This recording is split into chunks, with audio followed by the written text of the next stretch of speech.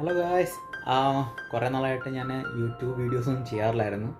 അപ്പോൾ ഇപ്പോൾ ഇങ്ങനെ കൊറോണ ടൈമൊക്കെ ആയിട്ട് വീടിനകത്ത് തന്നെ ഇരിപ്പായി. അപ്പം ഞാൻ വിചാരിച്ചെന്നാൽ പിന്നെ പാചകത്തിൽ എന്തെങ്കിലും ചെയ്യാമെന്ന് വിചാരിച്ചു. അപ്പം പലരും പറഞ്ഞ് വളരെ സിമ്പിളായിട്ടുള്ള വല്ല കാര്യം ചെയ്തുകൂടെ. ഞാൻ എന്തായാലും ഇന്ന് ബിരിയാണി ഉണ്ടാക്കാൻ പോവാണ്. ചിക്കൻ ബിരിയാണി ദം ആക്കി കളയാനാണ് വിചാരിക്കുന്ന. ചിക്കൻ ദം ബിരിയാണി ആയിരിക്കും ഉണ്ടാക്കാൻ പോകുന്നത്. അപ്പോൾ ഇത് എല്ലാവരും വിചാരിക്കും ബിരിയാണി വയ്ക്കാൻ ഭയങ്കര ഒരുപാട് കാര്യങ്ങൾ ചെയ്യണം. പക്ഷെ നമ്മളൊരു ഒരു ഒരു ഒരു കറക്റ്റ് സ്റ്റെപ്പ് അനുസരിച്ച് പോയി കഴിഞ്ഞാൽ വലിയ പ്രശ്നമില്ല. ആദ്യമേ എല്ലാം അരിഞ്ഞ് വയ്ക്കുക, പിന്നെ ഫ്രൈ എടുത്ത് ഫ്രൈ ചെയ്യുക, പിന്നെ മസാല ഉണ്ടാക്കുക, പിന്നെ ചോറുണ്ടാക്കുക. അങ്ങനെ ആ ഒരു രീതിയിൽ ഒരു ഒരു ഒരു സ്റ്റെപ്പ് ബൈ സ്റ്റെപ്പിൽ പോയി കഴിഞ്ഞാൽ പ്രശ്നമില്ല. നമുക്ക് കറക്റ്റായിട്ട് സംഭവം നടക്കും. നമുക്ക് എന്തായാലും നോക്കാം. ആദ്യത്തെ സ്റ്റെപ്പ് നമ്മൾ അരിഞ്ഞു വെക്കുക. അല്ല, അതിന് മുന്നേ വേറൊരു കാര്യമുണ്ട്, ചിക്കൻ മാരിനേറ്റ് ചെയ്യുക. അതാണ് ആദ്യത്തെ സ്റ്റെപ്പ്. ഓക്കെ, നമുക്ക് അങ്ങോട്ട് ആദ്യത്തെ സ്റ്റെപ്പിലേക്ക് പോവാം. അപ്പോൾ അതിന് മുന്നേ ഞാൻ പറയട്ടെ, കുറേ നാളെ വീഡിയോ ഒക്കെ ചെയ്തിട്ട് പിന്നെ എനിക്ക് എൻ്റെ കയ്യിൽ പിടിക്കുന്നൊരു ക്യാമും പിന്നെ ഒരു ട്രൈപ്പോഡും ഒക്കെ ഉള്ളൂ. ഇതിപ്പോൾ ഞാൻ ചെയ്യുന്നത് ഫോണിൽ നിന്നാണ്, ഫോണിലെ ക്യാമറയിൽ നിന്നാണ്. അപ്പോൾ എന്തെങ്കിലുമൊക്കെ തെറ്റൊക്കെ ഉണ്ടെങ്കിൽ ഒന്ന് ക്ഷമിച്ചേക്കണം. ഓക്കെ, ചിക്കൻ മാരിനേറ്റ് ചെയ്യുന്ന സ്റ്റെപ്പ്. അപ്പോൾ ആദ്യം നമുക്ക് വേണ്ടത് ചിക്കനാണ്. ഞാൻ ഇവിടെ കഴുകി വൃത്തിയാക്കിയിട്ട് വെള്ളം പാരാനായിട്ട് വെച്ചിട്ടുണ്ട്. ഉള്ളത് 8 ചിക്കൻ പീസാണ്, 8 ചിക്കൻ ലെഗ്സ് ആണുള്ളത്. കേട്ടോ, 8 ചിക്കൻ ലെഗ്സ്. പിന്നീട് മാരിനേറ്റ് ചെയ്യാനുള്ള മസാലകളാണ്. മാരിനേറ്റ് ചെയ്യാനുള്ള മസാല തയ്യാറാക്കാനായിട്ട് നമുക്ക് വേണ്ടത് ഒരു അര teaspoon garam masala, 1 teaspoon pepper, 1 teaspoon മുളക് പൊടി, അര ടീസ്പൂൺ മഞ്ഞൾപ്പൊടി. ഓക്കെ, ദെൻ പിന്നെ നമുക്ക് ആവശ്യത്തിന് ഉപ്പ്, പിന്നെ 1 മുട്ട, 1 ടേബിൾ സ്പൂൺ കർഡ്. ഓക്കെ, അപ്പോൾ ഇത്രയും സാധനങ്ങളാണ് നമുക്ക് ഈ ചിക്കൻ മാരിനേറ്റ് ചെയ്യാനായിട്ട് വേണം. ഞാൻ നേരത്തെ പറഞ്ഞ സാധനം എല്ലാം കൂടി ഒരു പാത്രത്തിലേക്ക് ആക്കാൻ പോവാണ്. ആദ്യം നമുക്ക് മസാല ഈ സംഭവം എല്ലാം ഒന്ന് മിക്സ് ചെയ്യണം. എന്നിട്ട് വേണം ചിക്കൻ കൊടുക്കുക. അപ്പോഴാണ് ചിക്കനുള്ള പീസിലൊക്കെ ഇതെല്ലാം ശരിക്കും മുറിപ്പിക്കുള്ളൂ. ഓക്കെ, ഇതെല്ലാം മാരിനേറ്റ് ചെയ്യാനുള്ള കാര്യങ്ങൾ എന്തൊക്കെയാണെന്ന് ഞാൻ പറഞ്ഞ ഓർമ്മയുണ്ടല്ലോ അല്ലേ?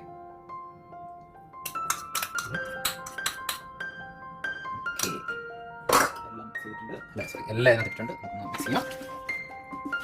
അപ്പോൾ ഇനി നമ്മുടെ ചിക്കൻ പീസ് ഇട്ടെടുക്കുക. 1 2 നല്ല വൃത്തിയായിട്ടൊന്ന് കൈ വെച്ച് തേച്ച് പിടിപ്പിച്ച്, തൊലിയൊന്നും കളയേണ്ട ആവശ്യമില്ല കേട്ടോ. തേച്ച് പിടിപ്പിച്ച് മസാല ശരിക്കും ഉറപ്പിക്കണം. ഏകദേശം എല്ലാത്തിൽ നിന്നും മസാലയൊക്കെ പിടിച്ചിട്ടുണ്ട്.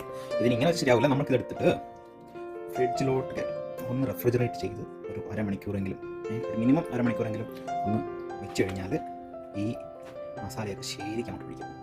അപ്പോൾ രണ്ടാമത്തെ സ്റ്റെപ്പ് എന്ന് പറയുന്നത് ഇത്രയും കാര്യം അറേഞ്ച് ചെയ്ത് വയ്ക്കുക. ഇതെല്ലാം നമുക്ക് ചോപ്പ് ചെയ്യാനായിട്ടാണ്. ഓക്കെ, ചോപ്പ് ചെയ്തിട്ട് ഞാൻ കാണിക്കാം. ഇത്രയും കാര്യം അറേഞ്ച് ചെയ്ത് വയ്ക്കുക. ചെറിയ ഉള്ളി 15 മുതൽ 20 വരെ എടുക്കാം.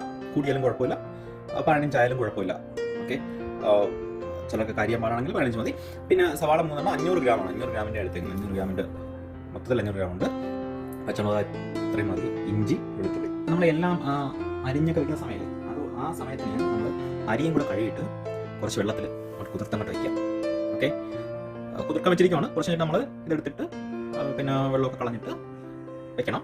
ഒരു 30 മിനിറ്റ്, 30 കൂടുതൽ വെക്കാം. കാര്യം ഞാൻ ഇപ്പോൾ എല്ലാം അരിഞ്ഞ് വെച്ചിട്ടുണ്ട്. ഇത് സവാള അരിഞ്ഞ് വെച്ചിരിക്കുകയാണ്. പിന്നെ ചെറിയ ഉള്ളി അരിഞ്ഞ് വെച്ചിട്ടുണ്ട്. ചെറിയ ഉള്ളി മിക്സിയിലിട്ടൊന്ന് അടിച്ച് ഒന്ന് ഗ്രൈൻഡ് ചെയ്ത് വെച്ചിരിക്കുകയാണ്. പിന്നെ ഒരു സവാള വളരെ സെപ്പറേറ്റ് ആയിട്ട് കുറച്ചുകൂടി നല്ല രീതിയിലൊക്കെ അരിഞ്ഞ് വെച്ചിട്ടുണ്ട്, സെപ്പറേറ്റ് ആയിട്ട്.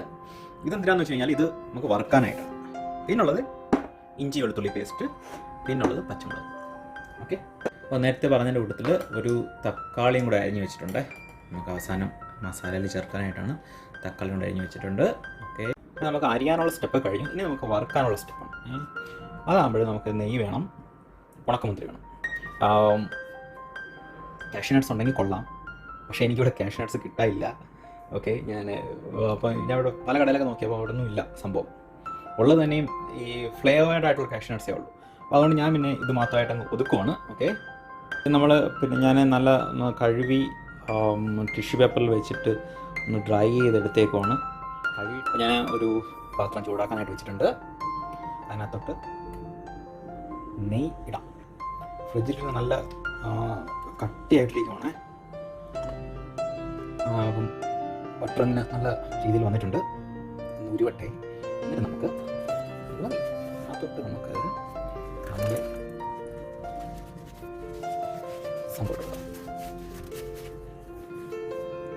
ചെറിയ തീയിലാണ് വെച്ചിരിക്കുന്നത്. അടുത്തതായിട്ട് നമുക്ക് പൊരിക്കാനുള്ളത്, നമുക്ക് ഫ്രൈ ചെയ്തെടുക്കാനായിട്ടുള്ളത് സവാളയാണ്.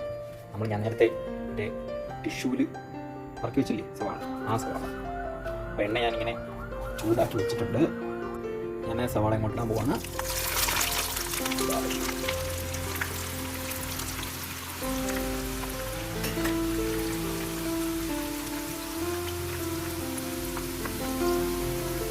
സവാള നന്നായിട്ട് ഫ്രൈ ആയിട്ട് വരണം. ഒത്തിരി സമയം പിടിക്കും. ഞാൻ ആ വെള്ളമൊക്കെ നോക്കി കളഞ്ഞോണ്ട് ചിലപ്പോൾ പെട്ടെന്ന് പറ്റുമായിരിക്കാം. നോക്കാം.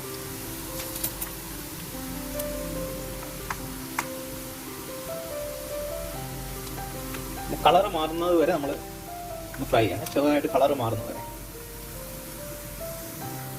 ഫ്രൈ ചെയ്യാനായിട്ട് നമ്മൾ സൺഫ്ലവർ ഓയിൽ ആണ് ഉപയോഗിച്ചിരിക്കുന്നത്. സൺഫ്ലവർ ഓയിൽ ഉപയോഗിക്കുന്നതാണ് എപ്പോഴും നല്ലത്.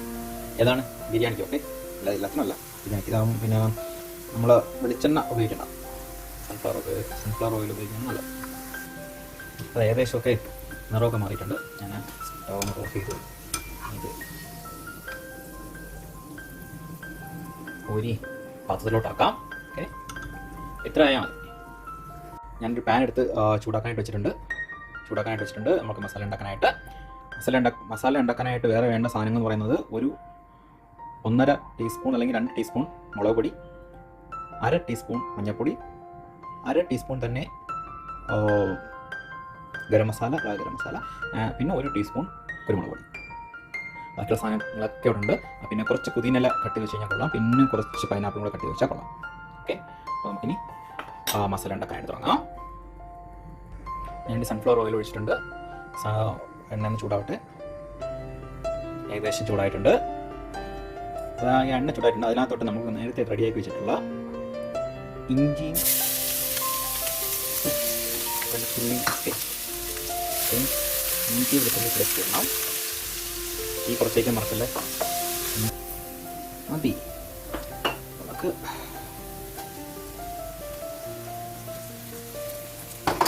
ചെറിയ ഉള്ളി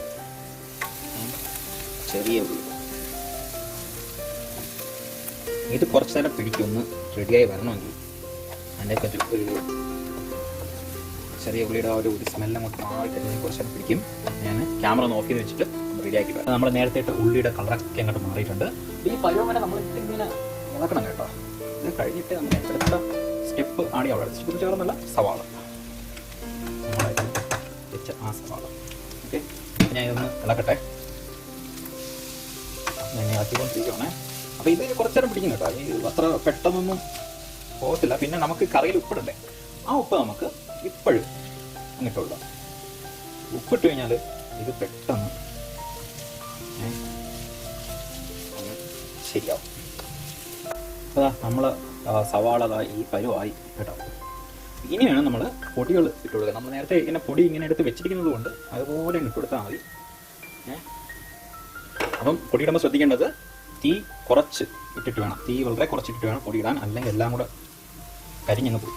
പൊടി ഇട്ട് ശരിക്കും നല്ല രീതിയിൽ അങ്ങോട്ട് മിക്സ് ചെയ്ത് എല്ലായിടത്തും ഇരിക്കുക. ഏകദേശം ഒരു എന്താ പറയുന്നത് ഒരു സ്മെല്ലൊക്കെ അങ്ങോട്ട് പോയിട്ടുണ്ട്. ഇനി നമുക്ക് തക്കാളി കുറച്ച് വെച്ചിട്ടുണ്ടായിരുന്നു, അതാണ് ഓരോന്നിനും അതിൻ്റേതായ സമയത്തിന് ഇറക്കി കൊടുത്താൽ. തക്കാളി ഞാൻ ഇങ്ങനെ ഇളക്കിക്കൊണ്ടിരിക്കുവാണ്. അതിൻ്റെ കൂട്ടത്തിൽ പച്ചമുളകും കൂടി ഇട്ടത്. ആദ്യം ഇട്ടാലും കുഴപ്പമില്ല, എങ്കിൽ ഇപ്പം ആകുമ്പോഴത്തന്നെ പച്ച നിറമൊക്കെ നമ്മൾ തക്കാളിയൊക്കെ നല്ല രീതിയിൽ അതിനകത്ത് ചേർന്ന് ഇപ്പോൾ തക്കാളി ഇവിടെ ഒന്നും അറിയാൻ വയ്യാത്തൊരവസ്ഥയായി. അപ്പോൾ ഇനി നമുക്ക് ഇടാനുള്ളത് ഇവിടെ ഇങ്ങനെ ഞാൻ കുറച്ച് പുതിന ഇല അന്വേഷിച്ചിട്ടുണ്ടായിരുന്നു, അങ്ങോട്ട് ഇടാം. പറയേണ്ടത് എനിക്ക് ചിലരൊക്കെ മല്ലിയിലയും കൂടെ ഇടും, പക്ഷേ എനിക്ക് മല്ലിയില ഒട്ടും താല്പര്യമില്ല. ഇഷ്ടമുള്ളവർക്ക് വേണമെങ്കിൽ ഇടാം, ഒരു നിർബന്ധവുമില്ല, പ്രശ്നമില്ല. പിന്നെ പൈനാപ്പിളിൻ്റെ ആ പീസും കിട്ടും. പിന്നെ നമുക്ക് കുറച്ച് കിസ്മിസ് നമ്മൾ നേരത്തെ റെഡിയാക്കി വെച്ചിട്ടില്ലേ, കുറച്ച് ഇതിനകത്ത് എന്തുകൊണ്ട്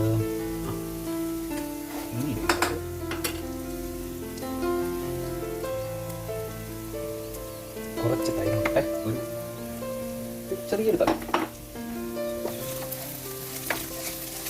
ഇത് നമുക്ക് ഇതിനകത്ത് വേണം നമ്മൾ നേരത്തെ മാരിനേറ്റ് ചെയ്ത് വെച്ച ചിക്കൻ അങ്ങോട്ട് തട്ടാൻ. ചിക്കൻ അങ്ങോട്ട് ഇട്ടിട്ട് നല്ല രീതിയിൽ ഇളക്കി പിടിക്കണം. അപ്പോൾ അത് ഞാൻ ഒന്ന് ഇത് പോസ് ചെയ്ത് വയ്ക്കുവാണ്. ഓക്കെ, ഞാനിപ്പോൾ അത് നന്നായിട്ടൊന്ന് ഇളക്കിയിട്ടെ കുറച്ച് വെള്ളം കൂടി ഒഴിച്ചെടുത്തിട്ടുണ്ട്, ചൂടുവെള്ളം. ഇനി അത് അവിടെ കിടന്നിട്ട് ഒന്ന് വേവട്ടെ. നമ്മൾ ചിക്കൻ ഏകദേശം റെഡി ആയിട്ടുണ്ട്. ഞാൻ ഇടയ്ക്കിടയ്ക്ക് എടുത്ത് ഇളക്കി കൊടുക്കുന്നുണ്ടായിരുന്നേ. ഇനി അപ്പം നമുക്ക് ഇതിങ്ങനെ അടച്ചങ്ങോട്ട് വെച്ചിട്ടെ റൈസ് ശരിയാക്കാം. ഓക്കെ, അപ്പോൾ നമ്മൾ ചോറ് റെഡിയാക്കാനായിട്ട് ഞാൻ ഒരു റൈസ് കുക്കറാണ് വെച്ചിരിക്കുന്നത്. റൈസ് കുക്കർ വെച്ചിരിക്കുന്നത്. അപ്പോൾ അതിൽ പിന്നെ കുറച്ച് വെള്ളം വെച്ചിട്ടുണ്ട്. ഒരു ലിറ്ററോളം വെള്ളം ഒഴിച്ചിട്ടുണ്ട്. നമ്മൾ 2 കപ്പ് അരിയാണ് എടുക്കുന്നത്. 2 കപ്പ് അരി 1 ലിറ്ററോളം വെള്ളം ഒഴിച്ചിട്ടുണ്ട്. അപ്പോൾ അതിനകത്തോട്ട് കുറച്ച് ഒരു 4-5 ഏലക്ക, അത് തന്നെ ഗ്രാമ്പു, പട്ട ഇത്യാദി സംഭവങ്ങൾ ഇട്ടെടുക്കാം. ഓക്കെ, വെള്ളം തിളയ്ക്കാനായിട്ടാണ്. തിളയ്ക്കാൻ ഞാൻ വെച്ചിരിക്കുകയാണ്. ആ തിളച്ചിരുന്ന കൂട്ടത്തിൽ ഒരു എണ്ണം ഉപ്പ് വെള്ളത്തിടുന്നതിൻ്റെ കാരണം എന്ന് വെച്ചാൽ ചോറിൽ ശരിക്ക് ചോറാകുമ്പോഴത്തേന് ഒന്ന് ഉപ്പ് പിടിക്കാനായിട്ടാണ്. നമ്മുടെ വെള്ളമൊക്കെ ചൂടായിട്ടുണ്ട്. ഈ സാധനം ഒന്നും ഞാൻ എടുത്ത് കളയുന്നില്ല, അതവിടെ കിടന്നോട്ടെ.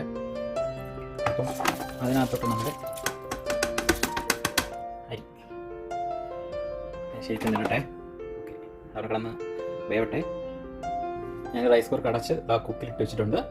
ഇത് പിന്നെ മൊത്തത്തിൽ അങ്ങോട്ട് വേവണ്ട, ഒരു പകുതി ഒരു 3/4 വേവായാൽ മതി. അപ്പോൾ പിന്നെ ഒരു ആവി വരുന്ന സമയത്തിന് നമുക്കിത് തുറന്ന് വെച്ചിട്ട് പിന്നെ നോക്കാം. ആവി വരുന്ന സമയമുണ്ട്, അത് തുറന്ന് വെച്ചിട്ട് നോക്കാം. ഇപ്പോൾ ഇത് ആവിയൊക്കെ വരുന്നുണ്ട്. നമുക്ക് തുറന്ന് നോക്കിയാൽ നല്ല പരുവത്തിൽ ഇരിപ്പുണ്ട്. അപ്പോൾ ഇതിപ്പോൾ ഏകദേശം വേവായിട്ടുണ്ട്. ഞാനിപ്പോൾ ഇതിനകത്ത് കുറച്ച് ബട്ടർ ഇട്ടേക്കാം. പിന്നെ കുറച്ച് നാരങ്ങാനീര് ഒഴിക്കണം.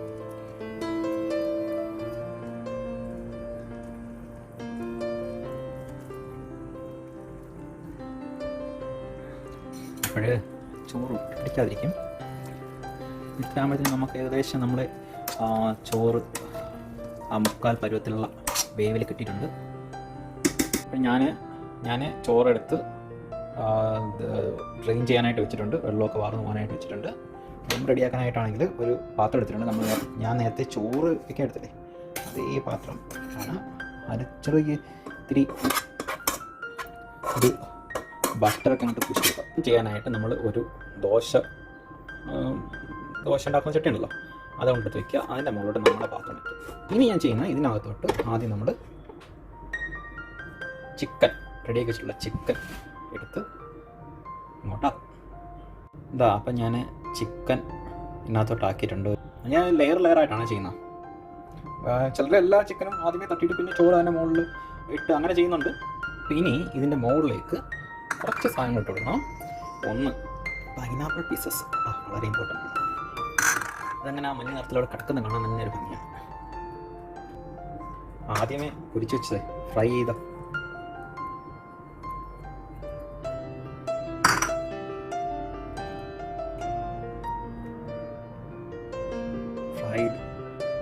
സവാള ഇട്ടു, ഫ്രൈഡ് ഓണിയൻസ് ഇട്ടു. ഇനി കുറച്ച് ഇലയും ഇടാം. ഇത് കട്ട് ചെയ്താണെങ്കിൽ ഇടാം കേട്ടോ. എനിക്ക് ഇതിനെ തണ്ടോടെ കിടന്നാൽ മതി, എൻ്റെ ഫ്ലേവർ ഇറങ്ങിയാൽ മതിയല്ലോ. ദം വയ്ക്കാനായിട്ട് നമുക്ക് വേണ്ടത് ഒരു അലുമിനിയം ഫോയിൽ ഇതെടുത്ത് അങ്ങോട്ട് കവർ ചെയ്യും. മൊത്തത്തിൽ എല്ലാ വശത്തും അപ്പം ഫിറ്റ് ചെയ്യട്ടെ. നല്ല നല്ല രീതിയിൽ അത് ഞാൻ സീൽ ചെയ്ത് വെച്ചിട്ടുണ്ട് എല്ലാ വശത്തും.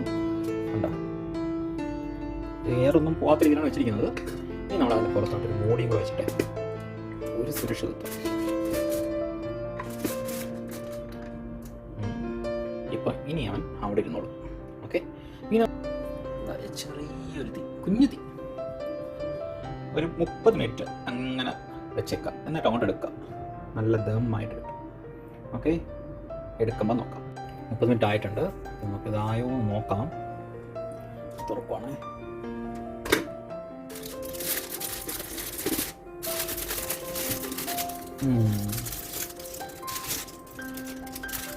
നാവിയൊക്കെ ഇങ്ങനെ വരുന്നുണ്ട്.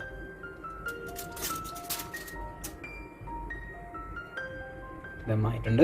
നമുക്ക് എടുത്ത് സെർവ് ചെയ്യാം. ഓക്കെ ഓക്കെ അപ്പം നമുക്കിത് പാത്രത്തിലോട്ട് മാറ്റാം.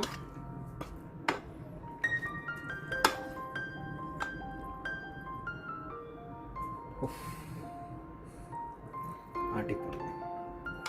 ആവി പറക്കണം.